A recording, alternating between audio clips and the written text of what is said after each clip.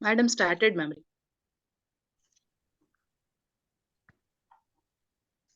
Namasarvebhya.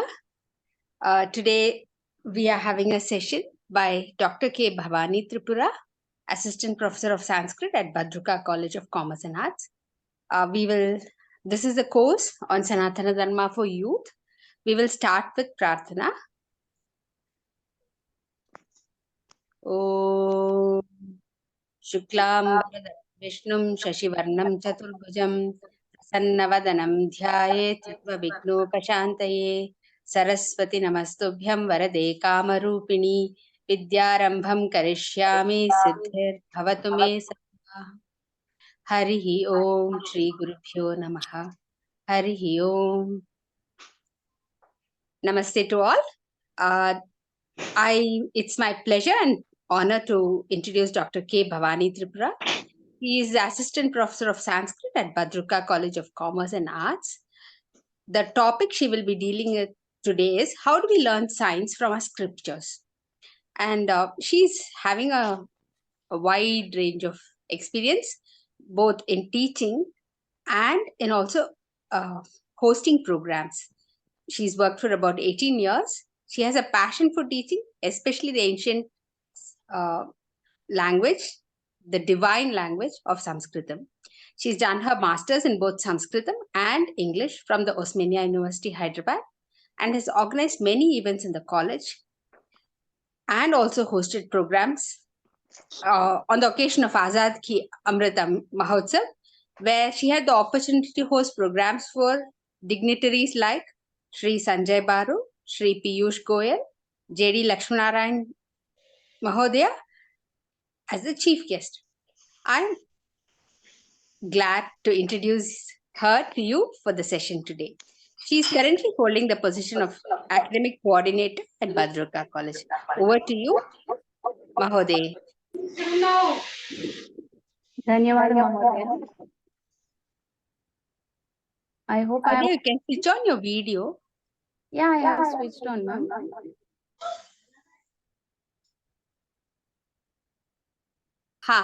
Yes. Your voice is on mute, I think, Mahodaya.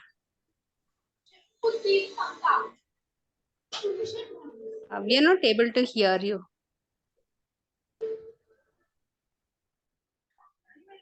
I think ma'am joined with two devices, ma'am.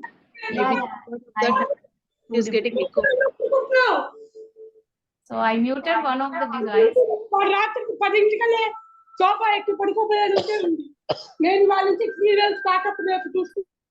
Ma'am, I just wanted to share the video.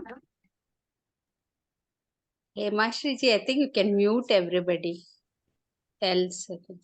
I don't know, there's echo still.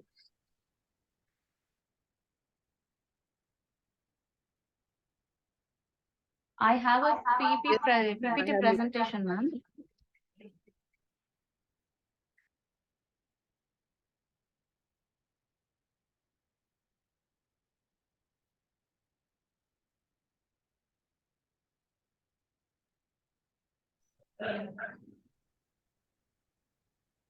Could you please help me in sharing the screen, ma'am?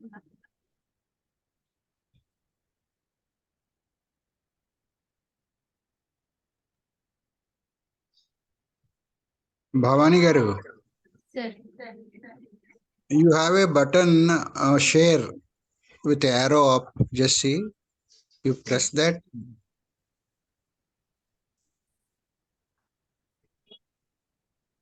Share button is there. Just see that. Now, madam has become co-host. Now she is getting. Yes. Thank you, ma'am.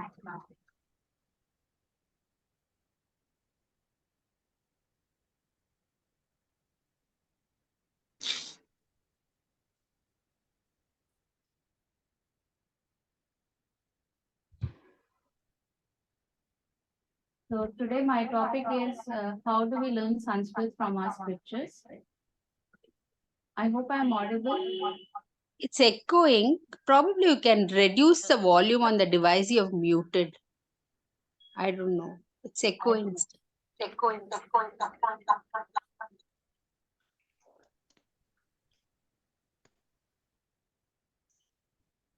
Okay, ma'am?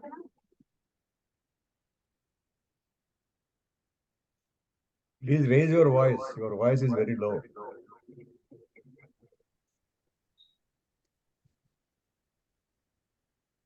And stop these speakers of other instrument.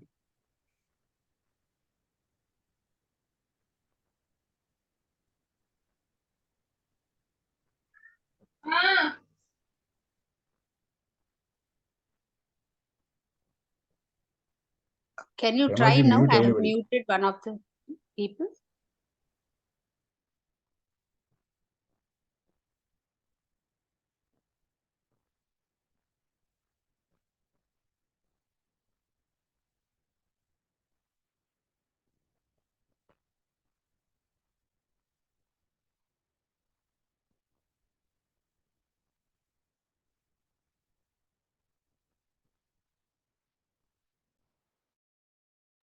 We can't hear you.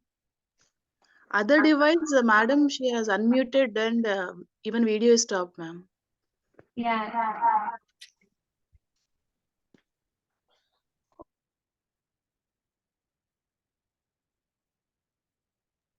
Tripura, you are on mute.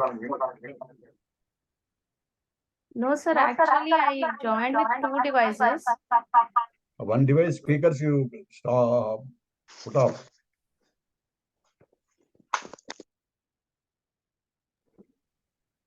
Okay. Not possible, sir. And mic also put off for that.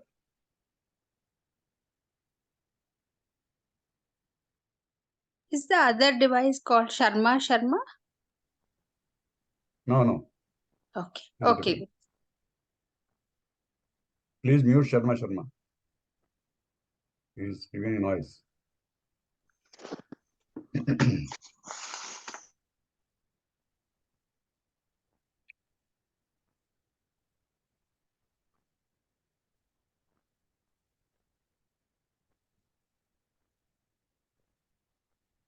Am I audible, sir, now? Yeah, please raise voice slightly. Sir, am I audible now? Yes, ma'am. Yes, Mahodaya. Am I audible, sir? Yes, sir. Yes, ma'am, Yes, you are yes. audible, ma'am. Okay, thank you. So, sorry for the glitches. Shri Gurubhyo Namaha. Welcome to one and all. Today I'm just trying to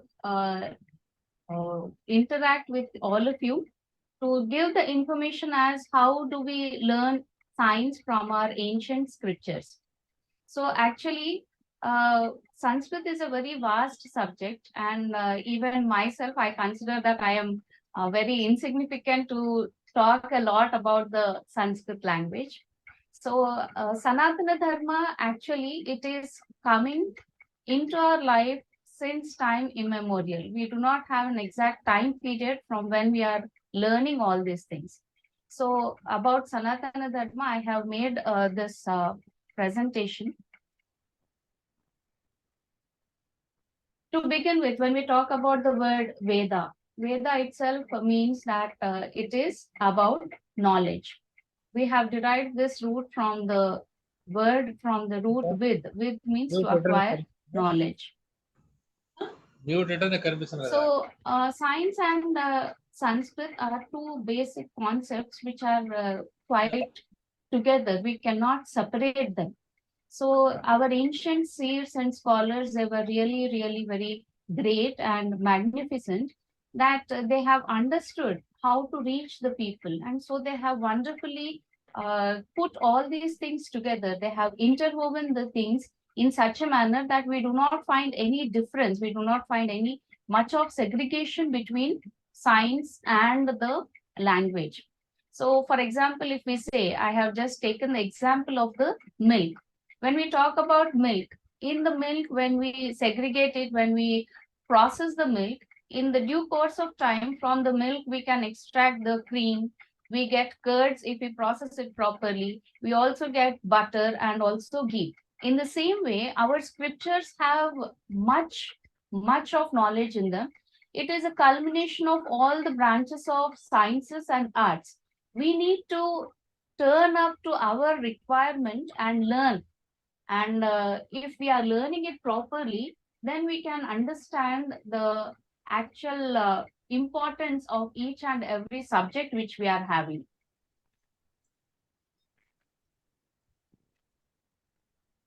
Okay. I hope the screen is visible to all of you. So, in this process, when we talk about the ancient Vedic scriptures or the Smriti and Shruti, most of us know about the Purusha Sukta. In Purusha Sukta, we have this shloka which reads as Sahasra Shirshaha Sahasra Purushaha Sahasrakshaha Sahasrapa Sabhomim Vishwato Ritvat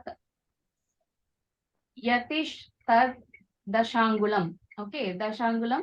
If we interpret, if we translate the shloka, we get that it is appreciating, or you can say it is praising the Lord with 1,000 heads, thousands of eyes, thousands of feet. And we consider him to be the supreme God who moves as all of creation verily, and he is uncountable and he is beyond the grasp of the hands of people. And this concept of the first shloka of Purusha Suktam, if we take, it was deciphered by Mr. Satish Chandra.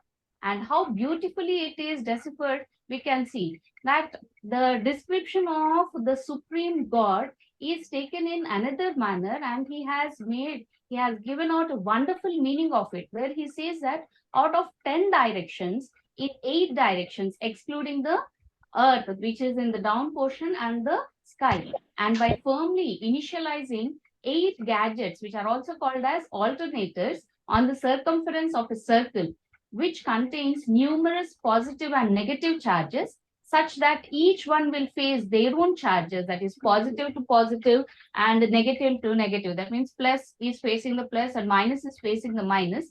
And we are putting a runner-like thing, a cylindrical way, and in between, if we rotate them, it will generate energy. I will show you it in the picture. This is the model which is made out of the Purusha Suktam, only the first shloka of Purusha Suktam.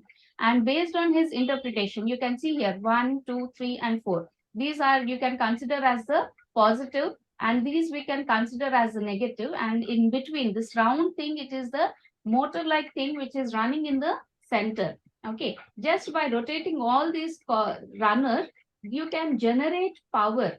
Okay, and when the power is generated, it is the means of generating this power also. It can be by the means of a diesel engine or with a water turbine or using a steam turbine. With this, we are able to generate, he says that almost of 126 watts of motor is used, and we are able to generate a power of 303 watts of power.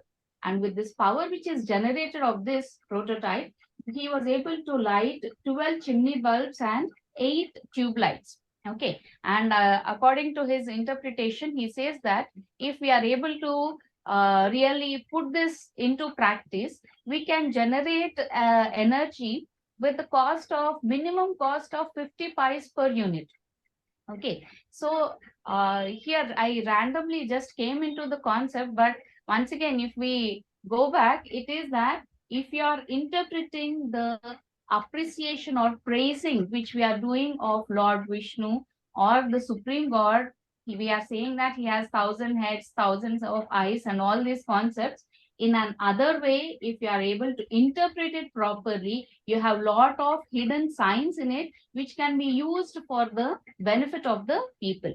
In the same way, if we talk about the secrets of Sri Rudram, okay, Rudra Suktam, I think most of us know this Chamakam, in which you have Ekashtame, Trayashtame, Panchashtame, Saptashtame. Okay, this is the complete Chamakam of Sri Rudram. And the meaning, just as we translate in the grammatical concept, it says that let these all be granted to me. What are all these? It is 1, 3, 5, 7, 9, 11, 13, 17, 19, 21, 23, 25, 27, 29, 31, and 33, as also 4, 8, 12, 16, 24, 20, 24, 28, 32, 36, 40, 44, and 48.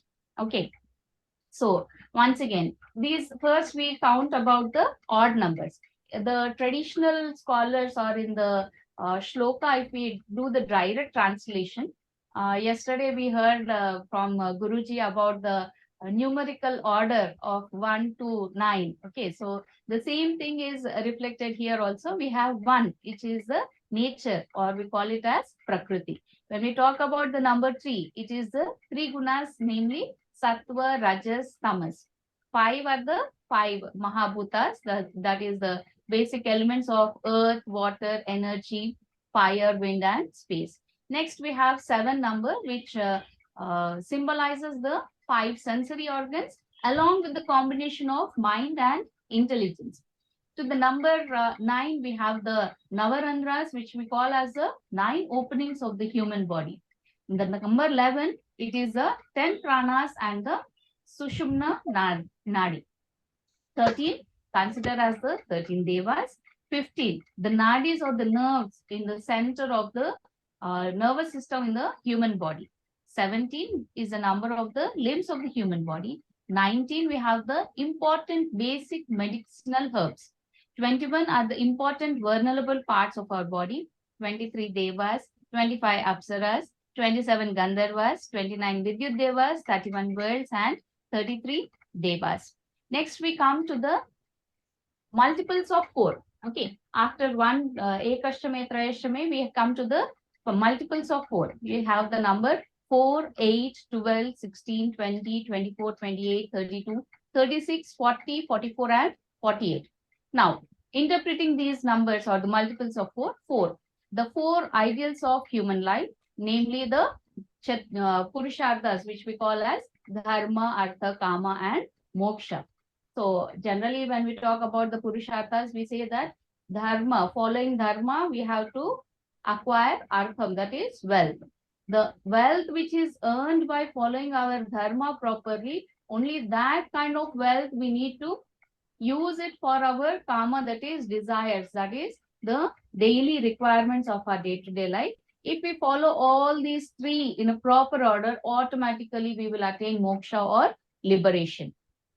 Next, we have the number 8, which represents the 4 Vedas and the 4 Upavedas. 12 is the number in which you have the 6 Vedangas, including the 6 Shastras. 16, it is knowledge to be obtained from the Almighty God. 20 is the Mahabhutas.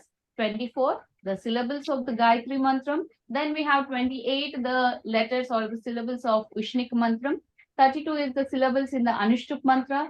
36 in the Brihati. 40 in Pankti. 44 in Trishtup. And 48 is the number in the Jagati Mantram.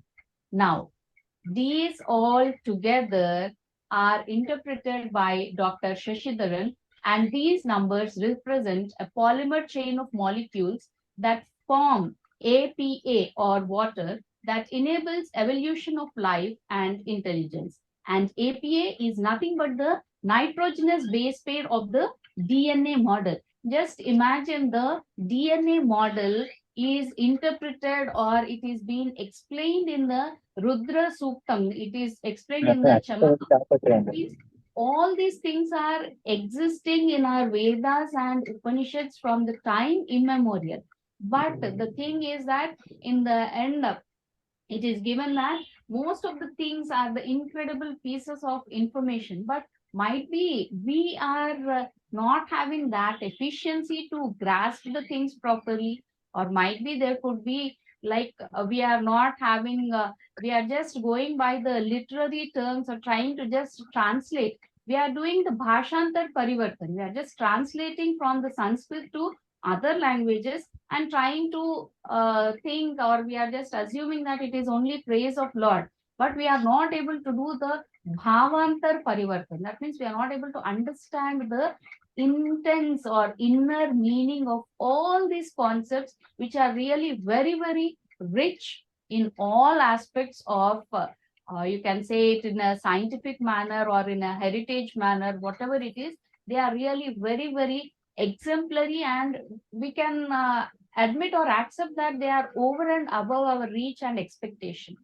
So before I proceed further, I hope that it doesn't become very heavy. So I just like to share a small story. I hope all of you are listening. Am I audible to all of you? Yes, we are. Can I continue? Yes, please. I'm not getting a response. Mm, I just yes. thought it could be little interactive.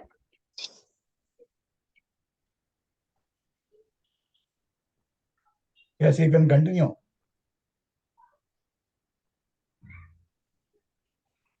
I hope I'm audible. Yes, you are audible. Please continue. Okay, fine. I will narrate a small story.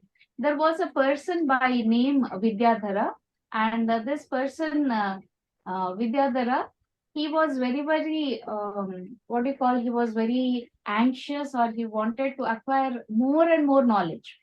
So what he has done is he started in going in search of knowledge, and there he started acquiring more, and lots of knowledge. So at that point of time, what happened is, as he was continuously learning, he attained the age of 100 years. Where he attained the age of 100 years, then at that point of time, the Lord of Death, that is Lord Yama, he has come to him and he said, "It is time of death. So I have come to just take you."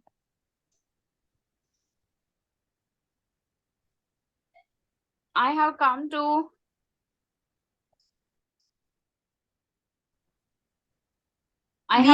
take you to the other world. Now, after coming, after seeing Lord Yama, this person, he requested Lord Yama, saying that I need 100 more years so that I can acquire more and more knowledge. Whatever knowledge I am acquiring right now is not sufficient. So I want to acquire more knowledge. So kindly give me or grant me 100 more years.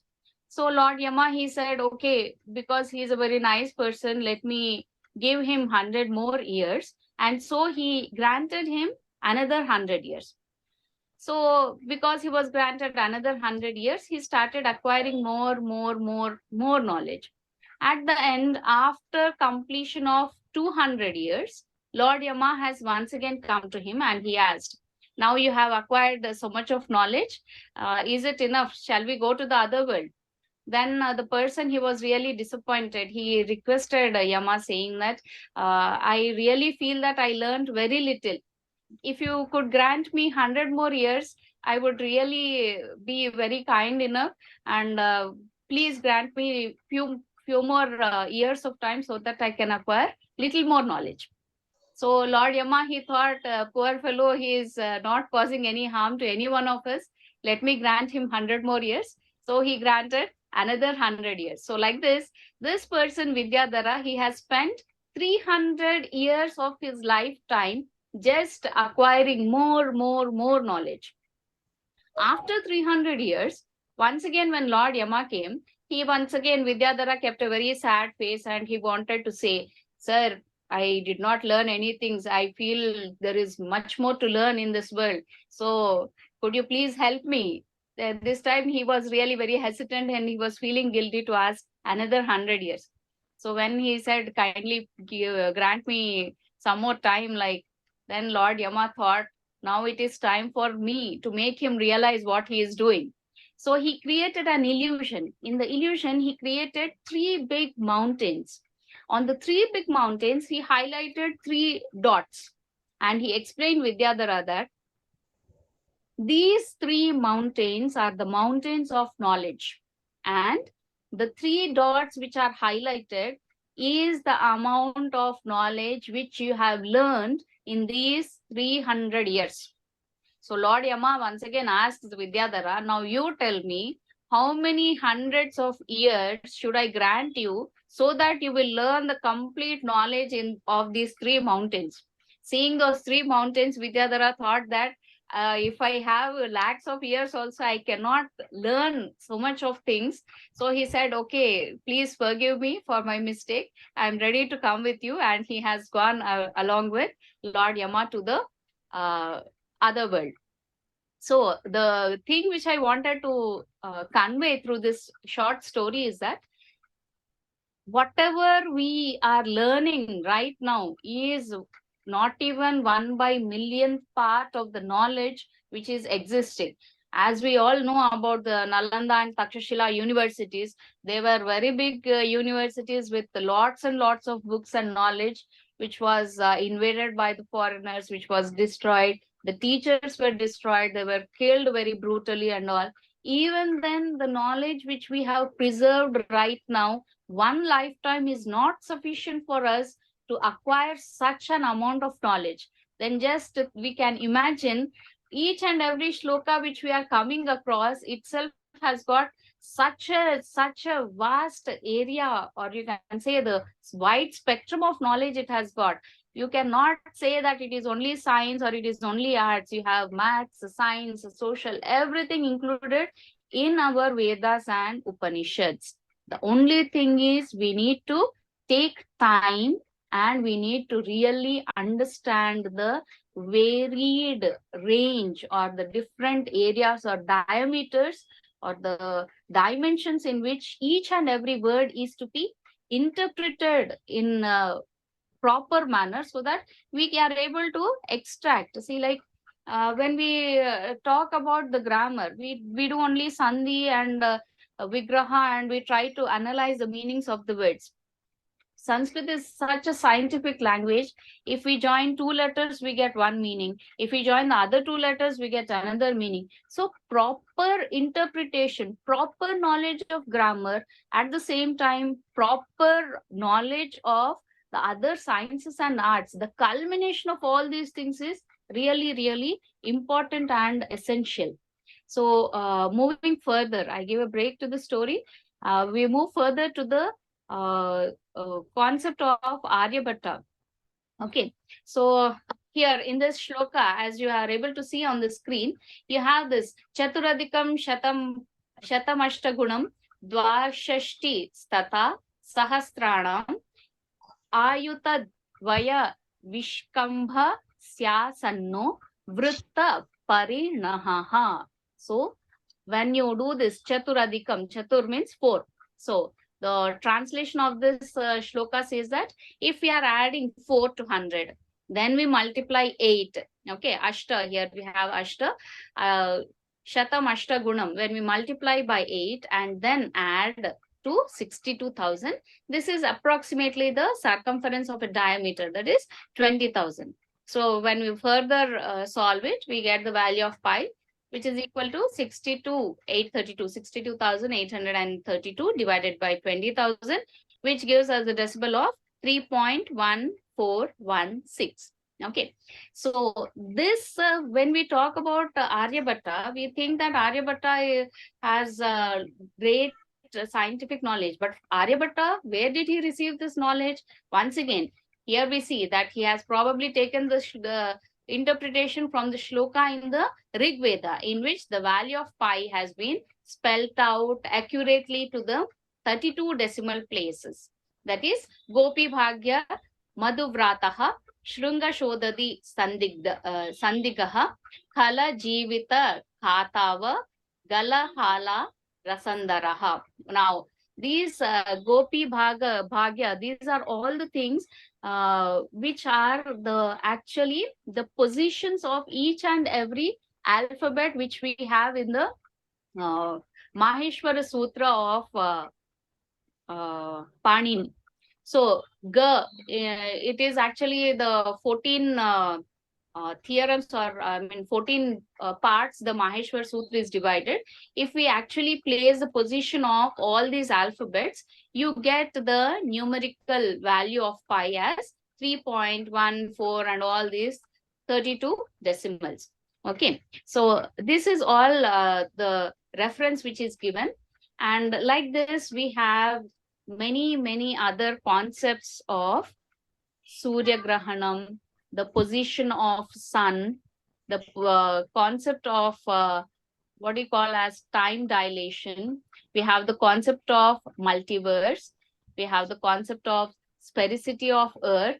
We also have the concept of universe and also of cyclic nature. We have the concept of speed of light. We also know about the speed of light in the Rig Veda, and also about the innermost core of the earth. Okay, all these concepts which I have highlighted after Aryabhattiyam, these all things I would like to explain to you in detail in the tomorrow's class. I just wanted to give a glimpse in detail. Now I would like to uh, give you little information about the cloning of a cow. Okay, so cloning, so most of the times people think that it is a very scientific and new concept, but this cloning of a cow is as such described in the Rig Veda. In Rig Veda, you have in this 8th shloka, you have the description of the sage Ribhus. When the cow of the sage, after giving birth to a calf, the cow had died. But the calf, it was really in agony. It was feeling very sad, and seeing the calf which has lost his mother, the sage, he thought that he has to bring back or revive the mother back to life, which was almost next to impossibility. Then, with the dead skin of the cow, he has once again created, using a piece of the skin, he has cloned, or he has used all the techniques which at present we call it as a cloning system, and with it in a very processed manner, he has created another cow and made the calf happy.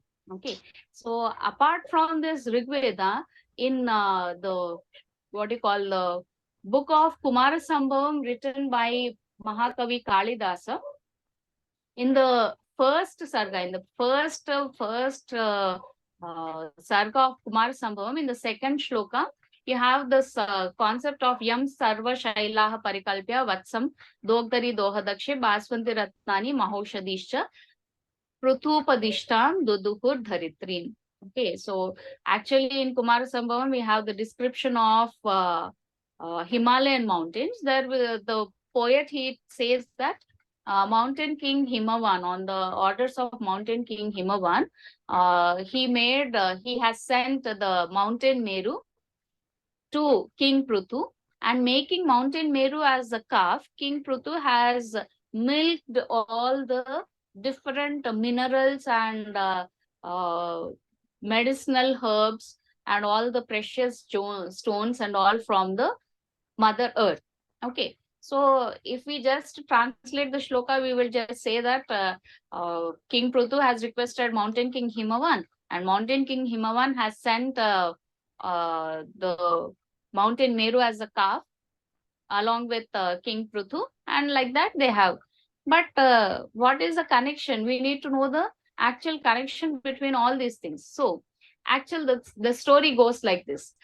The king Prutu, he was actually the son who was brought into existence from his father, King Vena. Okay, so now this King Vena, he was actually a descendant of King Manu. But King Vena, he was not following all the rituals or the procedures which are to be followed, like the daily rituals, you can say, or whatever it is. He was not considered to be a proper king or a good king, because he is not going in accordance with the nature. Now, what happened is, all the what we call as Rajagurus or Purohits, they were feeling very, very annoyed. They thought that we should find a solution for this. So what they have done is, they have tried to kill this King Vena, but directly they should not do any hatya.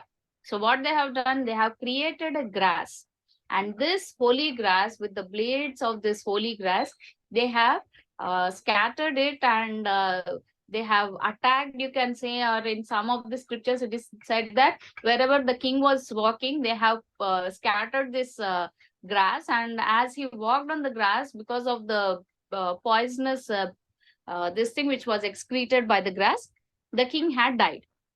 Now, once again, when the king is dead, he was not married and he did not have any offsprings.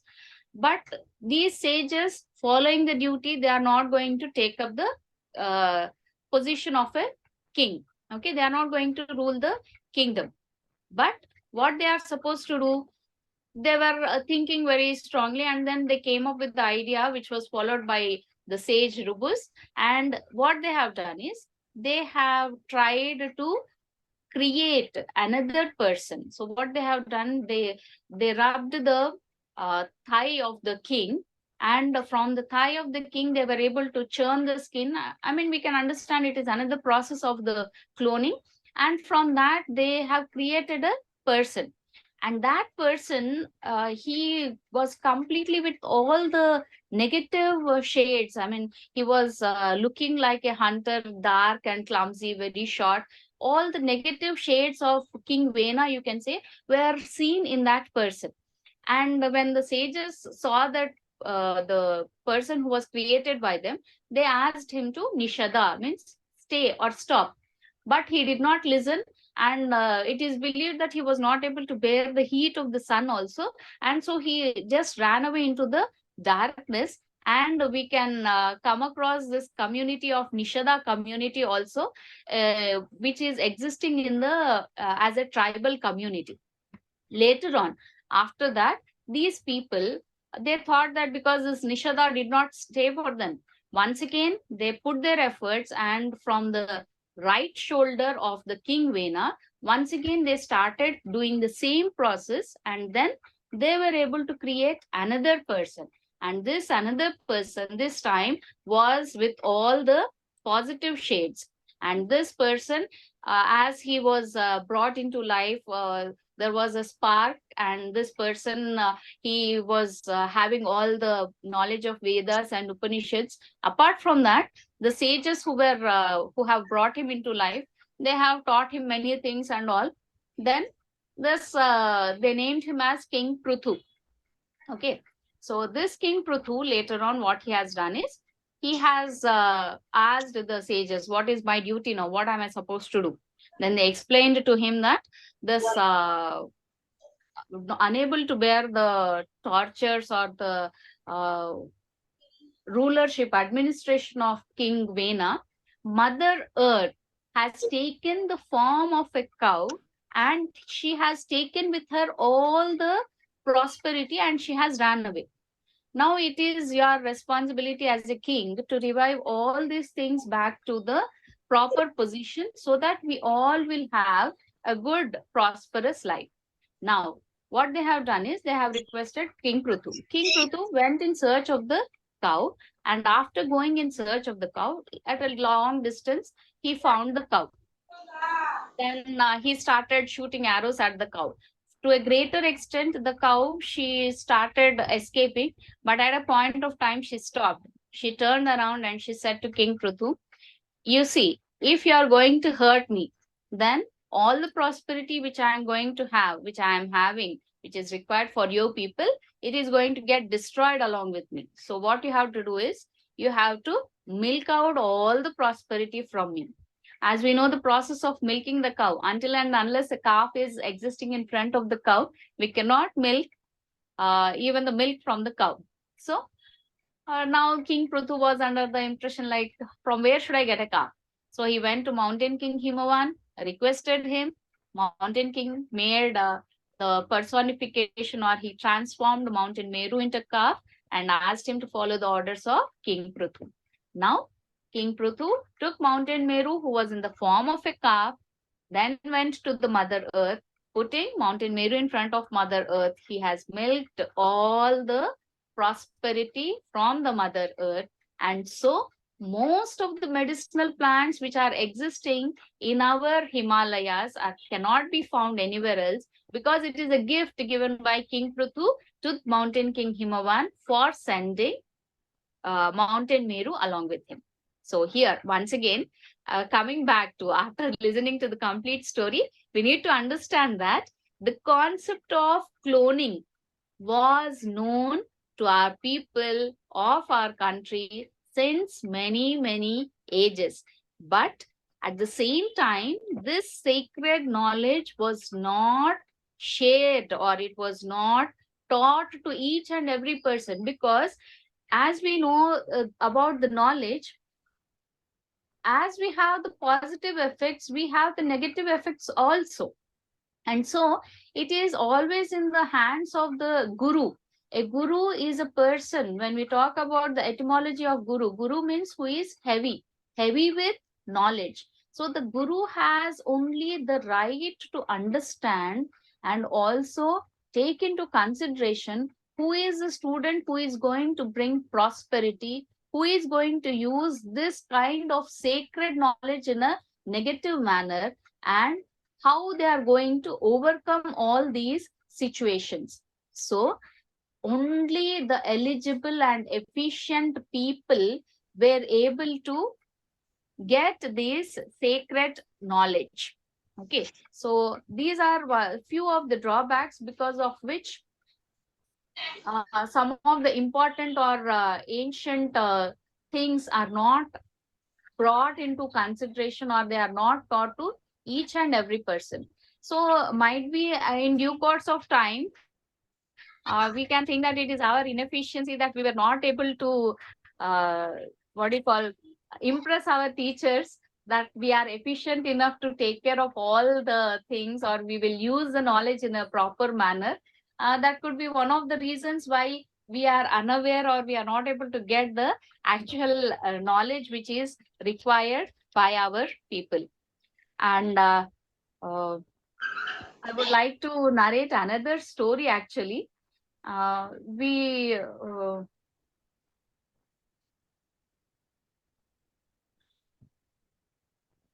This is the story of what do you call, Kirti Sena. There was a person by name Kirti Sena, and in this also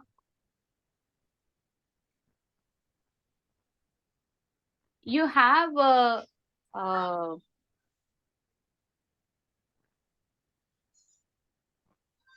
the knowledge of treating, how to treat the germs which are existing in the skull or head part of a person. I actually am searching for the presentation. I'm not finding it.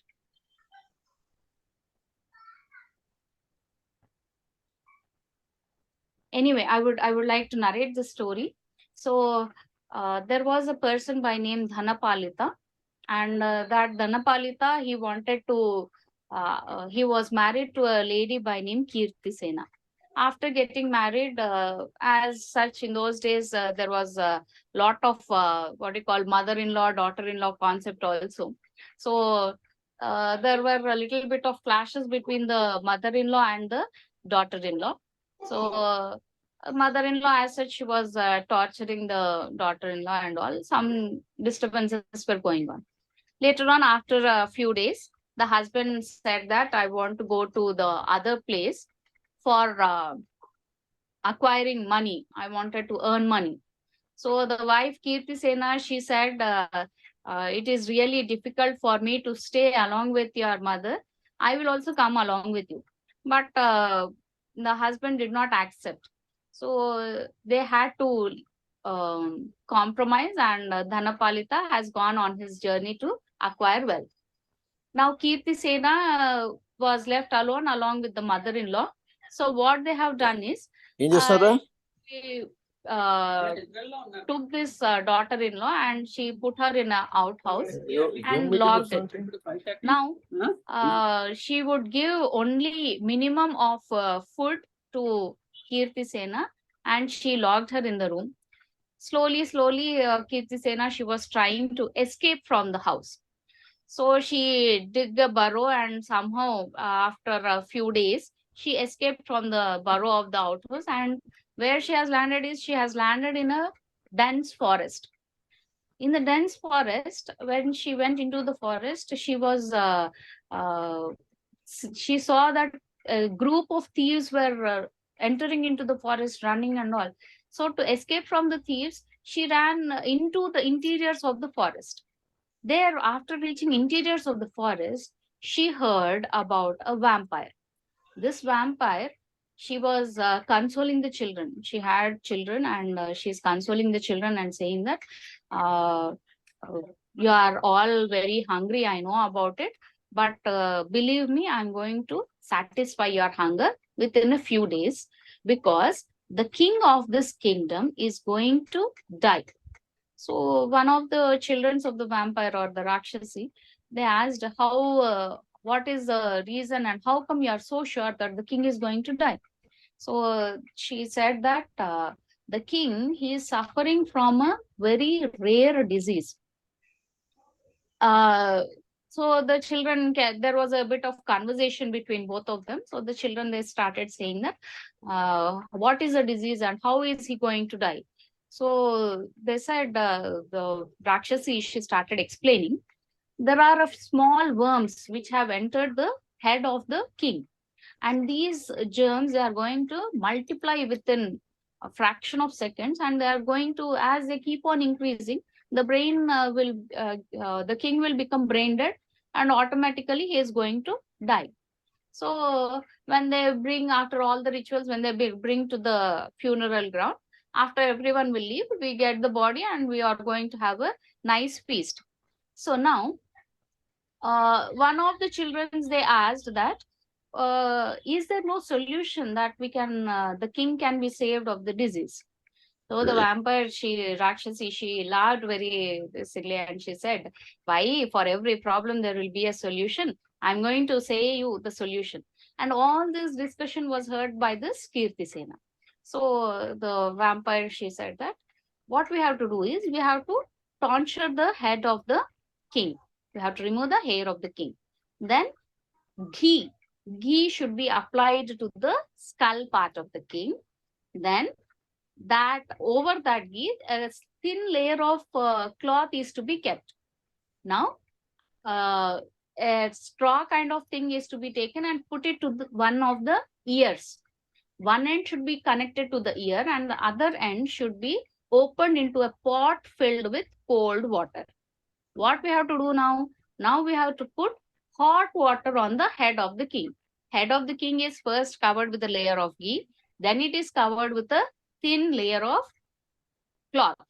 Now when the hot water is poured on the skull of the king, what happens? Due to the heat which is generated in the skull, all the worms would try to escape from the heat. Where they will go? From the straw, they will go and drop into the pot. So this is the only solution where we can save the king from this disease. So all this was heard by Kirtisena. Slowly, after it was sunrise, she escaped from the forest, went to the palace and said very daringly, she said that, I am the only person who is going to save the king. Now the people in the palace also, they thought that we have tried so many things. Let us give a last trial. And so whatever the vampire or the Rakshasa has said, they have followed it properly and she was able to save the king. Now the king, he was very happy and he has given half of the kingdom to Kirtisena. When the husband came back, both of them had a very happy life and they enjoyed the remaining of their life with the half of the kingdom. So now coming back to our concept of how do we learn science from our scriptures is, even the fable literature, like a fable story, which is, we can say that even the Rakshasas also, they knew how to treat such kind of diseases is the greatness of our scriptures.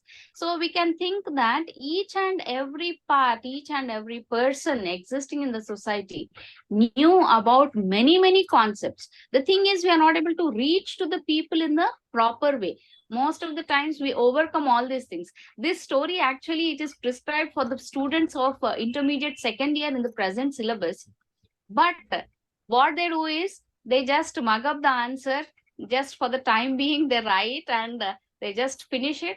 I don't think that they'll even remember the things, because the course, it is actually designed for the youngsters who are I mean, it is like an introductory course.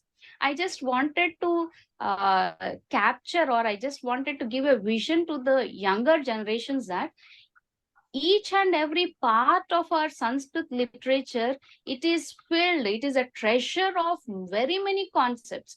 The thing is, we need to have faith. Only when we have faith on our scriptures, only when we have faith on our literature, then only we will be able to prosper, understand the greatness of Sanatana Dharma, or even about our scriptures. Nowhere in our scriptures we talk only about religion. Wherever we find shlokas, people think Sanskrit means it is related to Hinduism, like that blindly they come to a conclusion, but that is not the fact. The fact is that it is a way of living. It teaches us how to have a happy and prosperous life. The same problem, if at least one or two worms are there in the skull, if it is discovered, or if it is known in a, what do you call, CT scan or something in the present generation, what the doctors would do, immediately they will advise us to go for a big surgery. And we are also, because we don't know about all these things, we are not very sure of all these concepts. Why we are not sure? Because we are not confident. All these things add up. And so what they do is they happily cut open the skull of a person and perform surgery for many hours. Again, it could be successful or no also, we do not know. But how beautifully, even without any scar or any mark on the person, they were able to completely eradicate such diseases. And if we have a comparative statement also, in our ancient generation, we had very minimum of medical facilities. We all say that India is lagging behind, it doesn't have medical facilities, because we did not have the requirement of medicine. Why we did not have requirement of medicine? Everything is once again a vicious circle. Everything is interdependent, because we used to follow the minimum concepts of doing pranayamam daily, yoga and all these things. Without following the daily schedule, we never used to move little more further. So because we followed all these things, we did not have any health issues. Because we did not have any health issues, we did not have any medical facilities. So all these things are really very, very important, and they are interrelated. So there are few more things which I have to discuss. I think it is time. I have taken a lot of time, I believe. It's almost 8. So are there any questions? I'm sorry, because there is a little bit of glitch in the voice system. If there are any questions, if you can put it in the chat box, I would like to.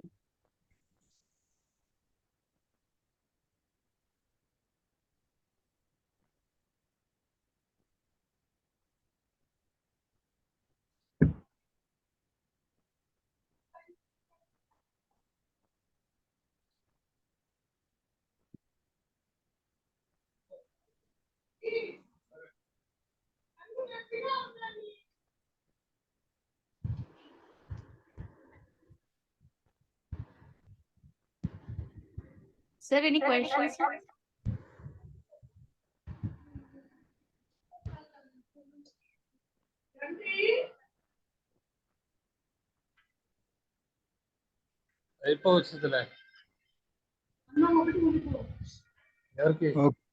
Uh, okay, anybody has any questions? Are you hearing me? Yes, Yes, sir. Mahodaya. Sir, I'm able to hear, sir. Oh, okay.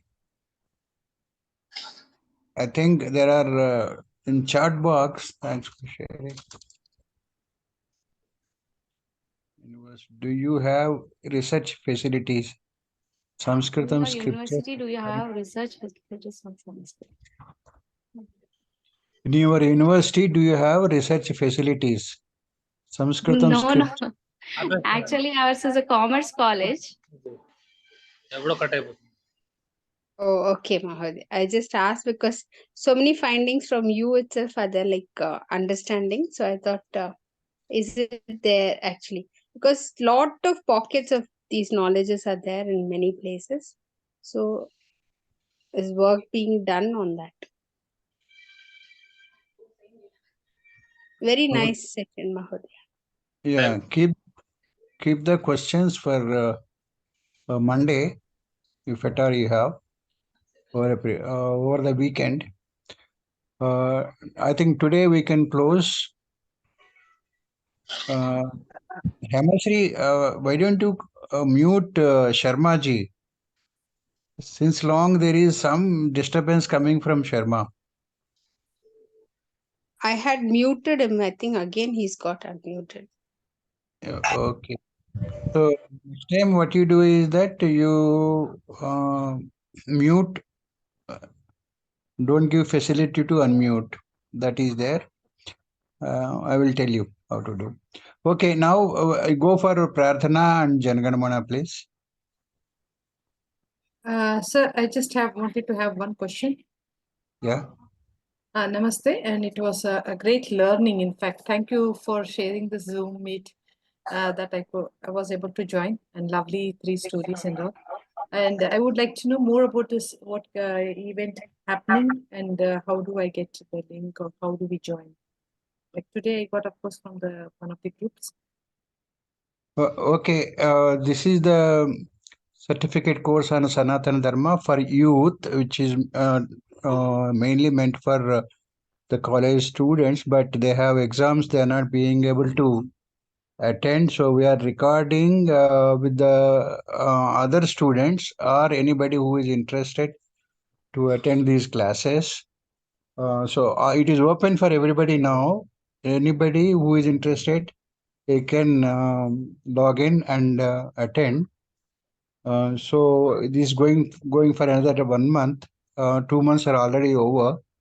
These all recorded, and the recordings are in the YouTube. Yeah, and the syllabus is also there. So if you want more information, do get in touch with me. Sure. We are going to have another course starting from 11th March, which is meant for all ages. Okay. That too in 1.5 hour duration in the morning time from 6:30 to 8. So that time, you please register for that. Get in touch with any one of us and take the registration form and go ahead. Sure, sir. Thank you, sir. Do you have my number? No, in the one of the groups I could know. I don't have, but the YouTube you said, so I thought let me look for Sanatan Dharma YouTube channel. Did you see that ad for 5th batch of Sanatan CCSD? No, sir. Okay, in that case, I think you can share the number also over here. Yeah, 98499. Saugandhi shall share with you. Okay, Saugandhi will share with you. Her number is there. Thank you, sir. In the chat box. Okay, so Saugandhi ji, please chant Prarthana.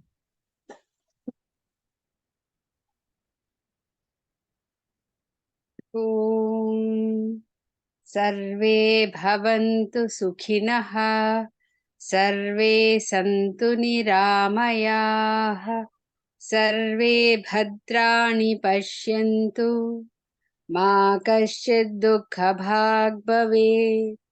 Om Shanti Shanti Shanti.